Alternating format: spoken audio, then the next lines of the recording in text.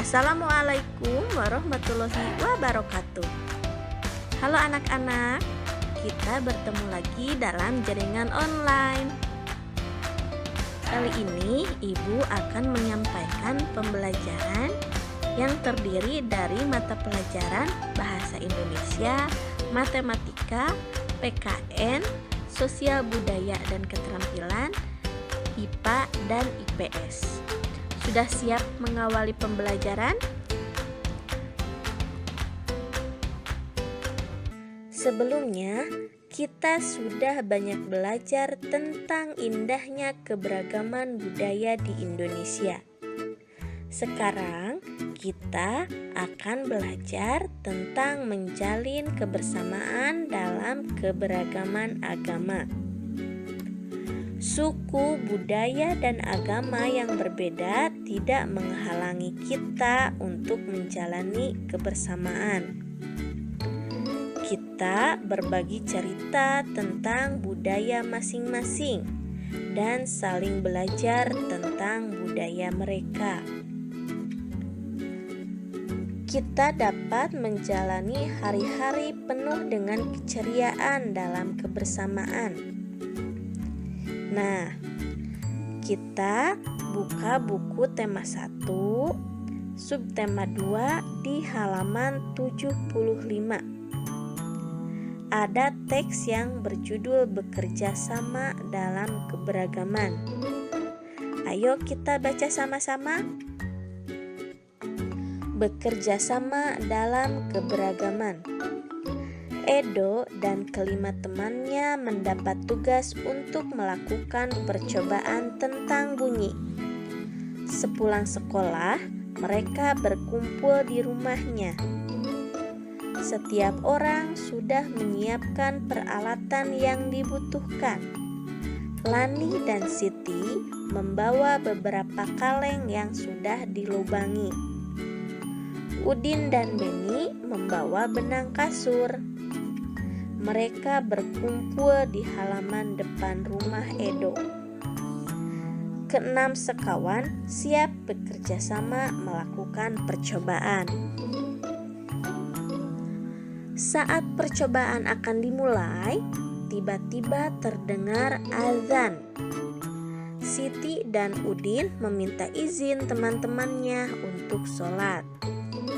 Teman-temannya mengizinkan mereka untuk melakukan ibadah. Edo meminjamkan ruang makannya untuk digunakan Siti dan Udin sholat.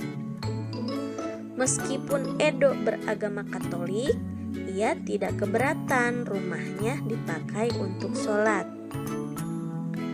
Beni yang beragama Kristen, Dayu yang beragama Hindu, dan Lani yang beragama Buddha menunggu dengan sabar temannya yang sedang beribadah. Keenam sahabat selalu menghargai satu dengan yang lainnya. Tiba saatnya keenam sekawan melakukan percobaan. Setiap orang menunjukkan tanggung jawabnya dalam bekerja. Tidak ada satupun di antara mereka yang duduk diam atau memberi perintah saja. Semuanya ikut bagian dalam percobaan. Saat Dayu membutuhkan pertolongan untuk memotong benang, Udin datang membawakan gunting.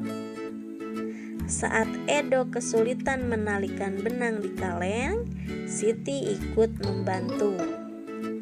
Keenam sahabat bekerja sama dengan semangat. Mereka hidup rukun, saling membantu meskipun berbeda agama.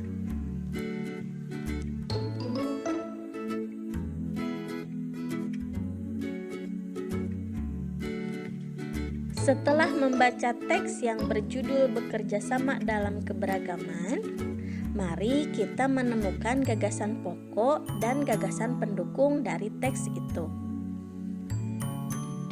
Sudah Ibu jelaskan berkali-kali, gagasan pokok biasanya berada di awal kalimat dari paragraf itu.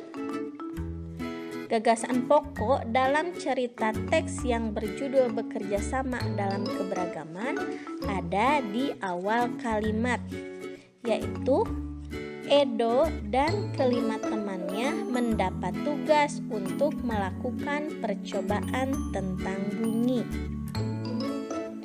Nah, sementara gagasan pendukung adalah penjabaran dari gagasan pokok. Biasanya berada di tengah kalimat atau di akhir kalimat.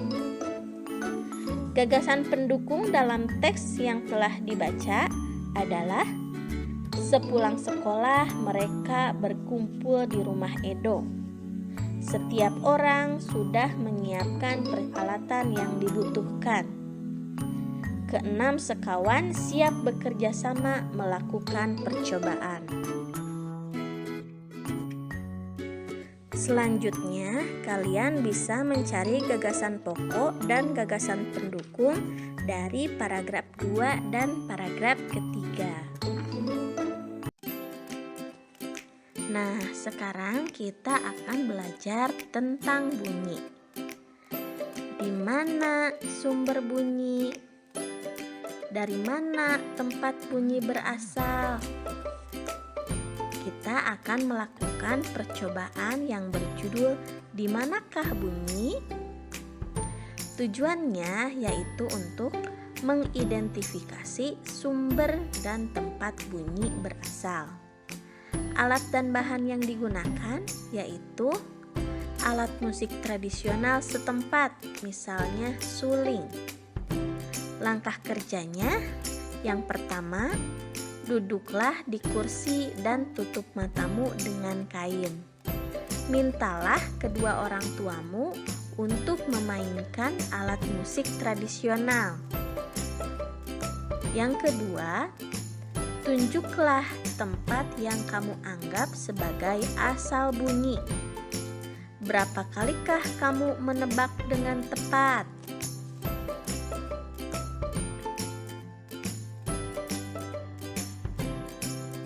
Nah, tadi kita sudah melakukan percobaan yang berjudul "Di manakah bunyi?". Sekarang kita tulis laporan percobaannya. Hasil percobaannya, kita bisa mendengar dan menebak sumber bunyi suling. Dan kesimpulan dari percobaan tersebut adalah bahwa suara suling yang ditiup dapat didengar oleh telinga, sehingga kita dapat mendengar di mana letak sumber bunyi suara.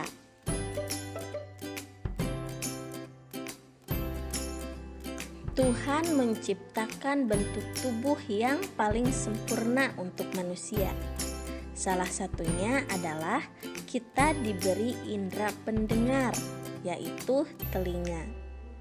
Dengan menggunakan telinga, kita bisa mendengar berbagai suara, seperti kicauan burung, suara air mengalir, dan suara musik. Bagaimana telinga merasakan getaran? Semua bunyi membuat udara bergetar. Getaran bunyi mengenai gendang telinga yang berupa selembar kulit tipis. Saat itulah gendang telinga juga bergetar.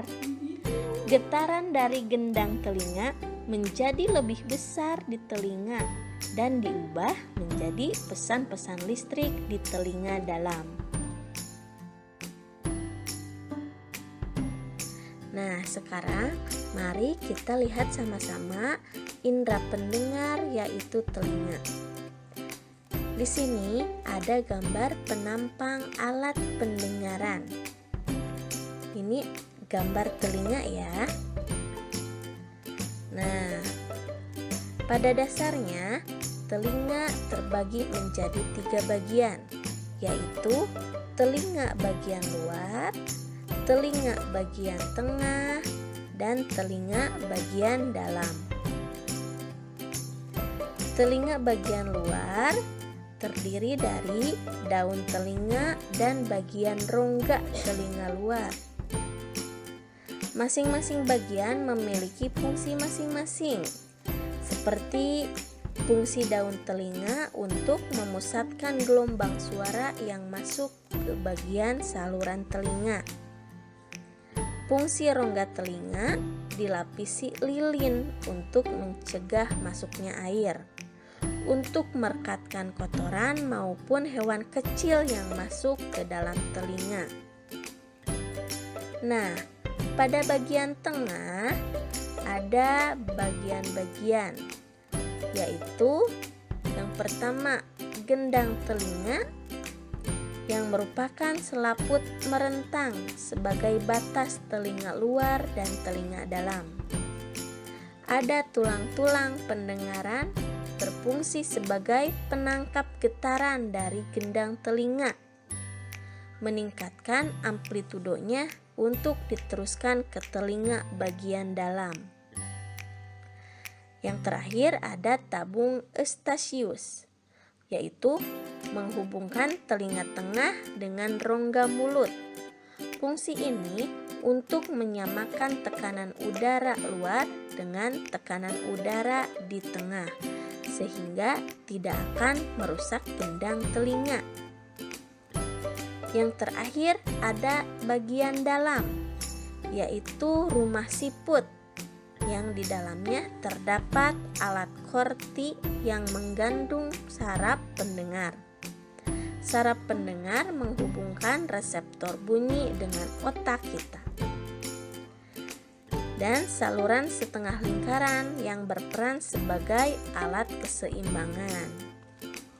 Itulah bagian-bagian dan fungsi bagian-bagian telinga kita. Bagaimana cara merawat indera pendengar kita? Agar telinga kita bersih dan tetap mendengar dengan baik, maka kita harus rutin membersihkan telinga dengan cara yang benar. Telinga adalah alat indera yang bisa mengeluarkan kotorannya sendiri. Namun, jangan menggunakan cotton bud untuk mengeluarkan kotoran telinga kita. Karena cotton bud dapat mendorong kotoran telinga kita masuk lebih dalam, sehingga telinga kita akan rusak. Ada 4 cara untuk membersihkan telinga kita, yaitu yang pertama, bersihkan telinga dengan cara yang benar, yaitu membersihkan rongga telinga dengan handuk yang lembut. Yang kedua, lindungi telinga dari suara yang keras atau bising. Yang ketiga, jaga telinga kita agar tetap kering. Dan yang terakhir, lakukan pemeriksaan telinga ke dokter ahli secara rutin jika diperlukan. Sebelumnya kita sudah banyak belajar tentang indahnya keberagaman budaya di Indonesia. Bagaimana cara menjalin kebersamaan dalam keberagaman tersebut? Mari kita gali lebih jauh dengan membaca teks yang berjudul Tong Sampah Gotong Royong. Kalian bisa buka buku tema 1 halaman 86. Tong Sampah Gotong Royong.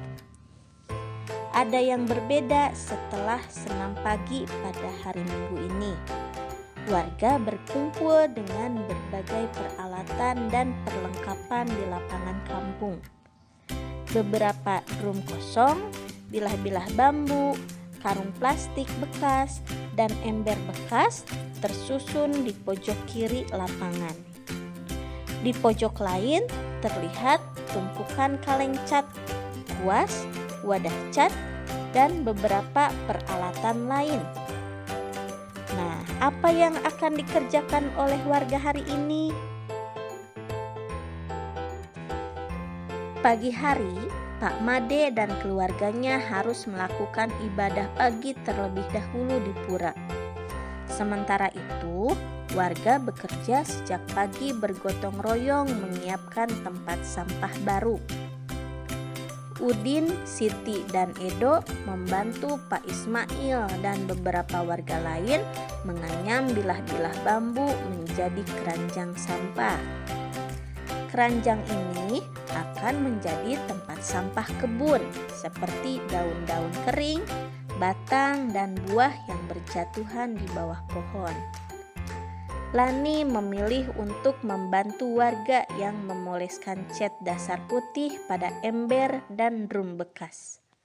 Ada juga warga yang menambal lubang-lubang di karung-karung plastik bekas agar nantinya bisa dipakai kembali menjadi tempat sampah kering. Kira-kira pukul 10, Pak Made, Dayu, dan keluarganya sudah kembali dari kegiatan ibadah. Tong-tong sampah baru siap dihias. Pak Made, Ibu Made, dan Dayu berkeliling membuat pola hiasan di tempat-tempat sampah baru. Lani turut membantu Dayu. Setelahnya, warga bergotong royong mengecat dan memperindah hiasan tempat sampah. Sebelum matahari meninggi, sudah ada 12 tempat sampah baru yang dihasilkan warga secara bergotong royong. Drum bekas, ember bekas, karung plastik, keranjang ayam sudah berubah menjadi tempat sampah yang cantik.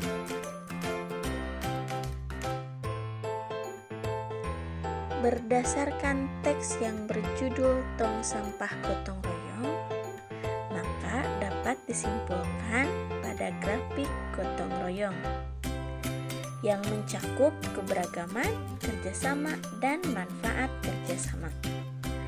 Adapun keberagaman dalam teks tersebut yaitu agama, budaya, suku bangsa, dan sosial.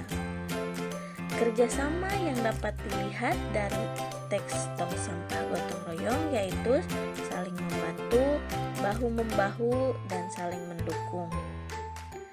Sedangkan manfaat dari kerjasama itu sendiri adalah pekerjaan cepat selesai, kerukunan warga lebih terjalin, dan mempererat persatuan dan kesatuan.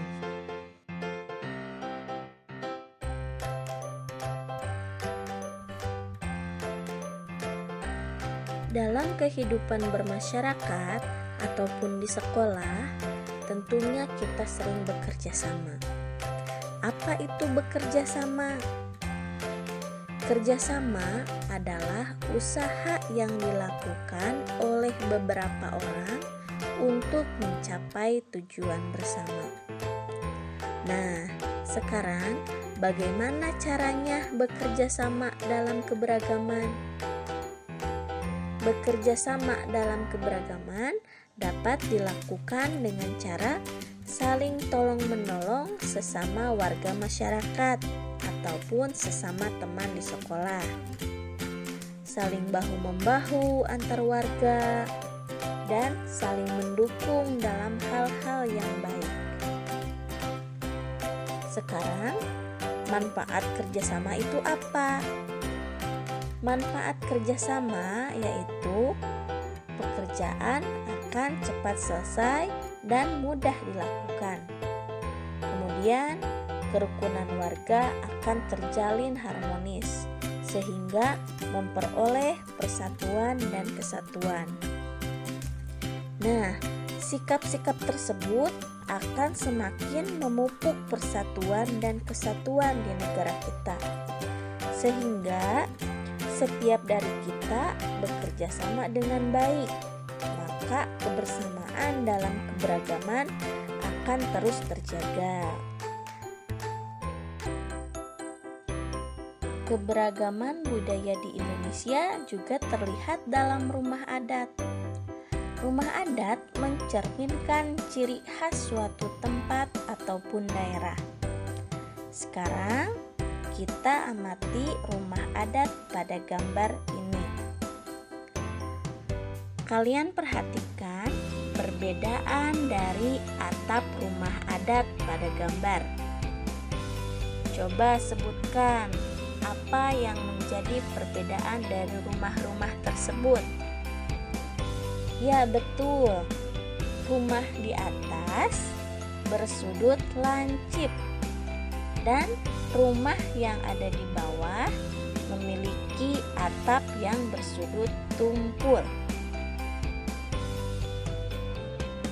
Pada materi sebelumnya, kita sudah belajar apa itu sudut.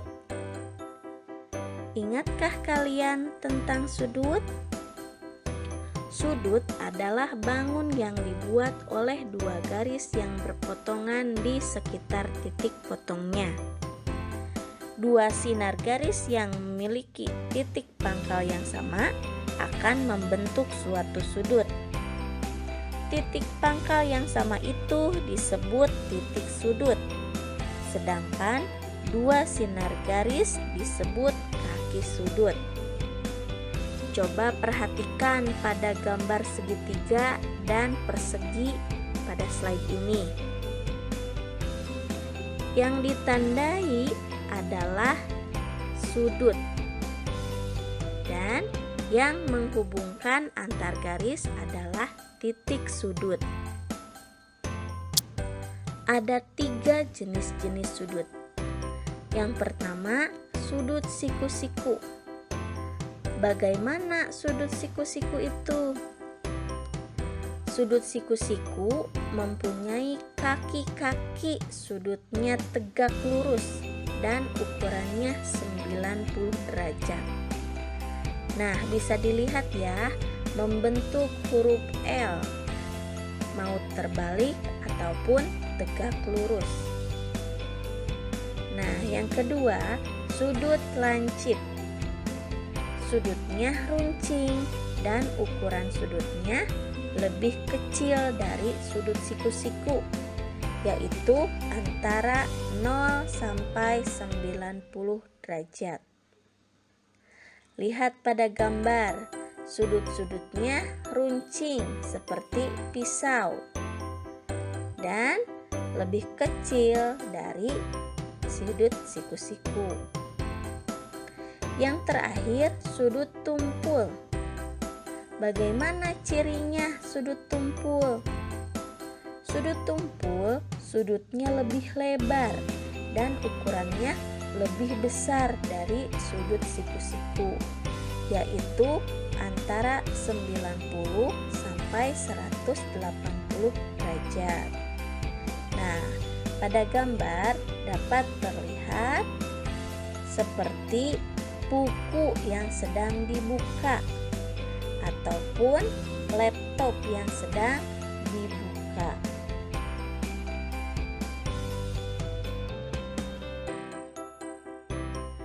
Alat yang digunakan untuk mengukur sudut secara baku adalah busur. Berupa penggaris ya, bentuknya setengah lingkaran, yang di dalamnya terdapat angka-angka untuk mengukur sudut. Sudut dilambangkan dengan gambar seperti L. Sudut dituliskan dengan simbol 0 kecil di atas. Satuan sudut adalah derajat. Contohnya 90 derajat. 90 dengan simbol 0 di atas angka 90. Nah, sekarang ayo kita mencari sudut. Temukan 5 benda yang mempunyai sudut. Ukurlah besar sudutnya menggunakan busur. Perkirakan dahulu sebelum kalian mengukurnya. Sekarang kita sudah menemukan 5 benda. Nah, benda yang pertama adalah ujung buku. Sudah diperkirakan besar sudut ujung buku adalah 90 derajat. Kita lihat hasilnya ya. Besar sudut hasil pengukuran pada ujung buku betul adalah 90 derajat. Dan jenis sudutnya siku-siku. Yang kedua yaitu ujung setrika. Sebelumnya sudah diperkirakan ujung setrika mempunyai sudut 75 derajat. Nah, kita lihat hasilnya. Besar sudut hasil pengukuran ujung setrika adalah 70 derajat. Jenis sudut 70 derajat dikategorikan sudut lancip. Yang ketiga, ujung pensil. Perkiraannya adalah 15 derajat. Besar sudut hasil pengukuran ternyata 10 derajat. Jenis sudutnya lancip. Yang keempat, bingkai foto atau pas foto. Perkiraan sudutnya adalah 90 derajat karena membentuk huruf L. Setelah dilihat atau diukur, ternyata besar sudutnya sama, yaitu 90 derajat. Jenis sudutnya, kalau membentuk huruf L, berarti dinamakan sudut siku-siku. Yang kelima, kita lihat benda gantungan baju. Perkiraan besar sudutnya 45 derajat. Hasil sudutnya sama 45 derajat. Jenis sudutnya, karena kurang dari 90 derajat, maka 45 derajat disebut sudut lancip. Tadi kita sudah menemukan 5 benda yang mempunyai sudut. Nah, bagaimana cara mengetahui besar sudut? Besar sudut dipengaruhi oleh bukaan kaki-kakinya. Besar sudut tidak dipengaruhi oleh panjang sinar garis. Jadi, meskipun suatu benda ukurannya berbeda, tapi besar sudutnya bisa saja sama. Contoh benda yang mempunyai besar sudut yang sama. Lihat pada gambar. Di sana ada buku dan pintu. Buku ukurannya kecil dan pintu ukuran bendanya besar. Walaupun buku ukurannya kecil, tapi tetap mempunyai besar sudut yang sama dengan pintu, yaitu sebesar 90 derajat. Kemudian gambar yang kedua, di sana ada setrika dan pensil. Setrika ukuran bendanya besar, sedangkan pensil ukuran bendanya kecil. Tetapi setelah kita ukur, ternyata besar sudut ujung setrika dan ujung pensil ternyata sama, yaitu 45 derajat. Nah, kita perhatikan gambar yang ketiga. Ada gambar gantungan baju dan laptop yang sedang dibuka. Nah, gantungan baju dan laptop yaitu contoh benda yang besar sudutnya tidak sama. Besar sudut gantungan baju 45 derajat, sedangkan besar sudut laptop yang sedang dibuka adalah 120 derajat.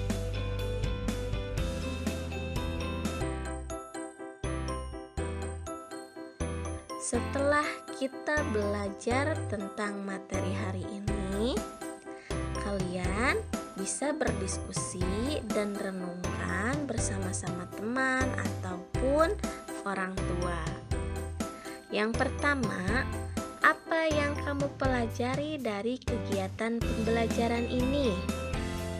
Yang kedua, nilai-nilai apa yang kamu pelajari dari pembelajaran kali ini? Yang ketiga, apa manfaat bekerja sama dalam keberagaman sosial, budaya, dan agama? Yang keempat, Apakah kamu sudah bisa bekerja sama dengan teman-temanmu yang berbeda sosial, budaya, dan agama? Yang kelima, mengapa saling menghormati perbedaan sangat penting? Kalian renungkan dan diskusikan bersama orang-orang terdekat kalian. Tulis di buku tulis masing-masing. Nah, tugas yang selanjutnya yaitu kerjakan. Cari 5 benda yang mempunyai sudut siku-siku, sudut lancip, dan sudut tumpul. Cari benda-benda itu di sekitar rumah kalian. Kemudian, tulis dalam tabel dan ditulis ke dalam buku tulis. Tugas yang terakhir atau tugas yang ketiga, kalian harus menemukan benda yang memiliki sudut yang sama. 3 benda ya. Kemudian gambarkan sudutnya pada tabel seperti ini. Contohnya nomor 1. Tadi sudah dicontohkan bahwa buku dan pintu mempunyai ukuran yang berbeda, namun besar sudutnya sama, yaitu 90 derajat. Setelah kalian menemukan besar sudut, kalian gambar sudutnya. Tidak terlalu besar ya, cukup pada tabel seperti ini. Kalian temukan sebanyak 3 benda. Tuliskan pada tabel seperti ini. Tulis pada buku masing-masing ya. Alhamdulillahirabbil alamin. Semua materi sudah tersampaikan dengan baik. Semoga kalian dapat memahaminya dan mencerna pengetahuan-pengetahuan yang telah disampaikan. Terima kasih telah menyimak pembelajaran hari ini. Tetap jaga protokol kesehatan, memakai masker, menjaga jarak, membersihkan tangan, dan menghindari kerumunan. Tetap jaga kesehatan ya, walaupun belajar dari rumah. Assalamualaikum warahmatullahi wabarakatuh.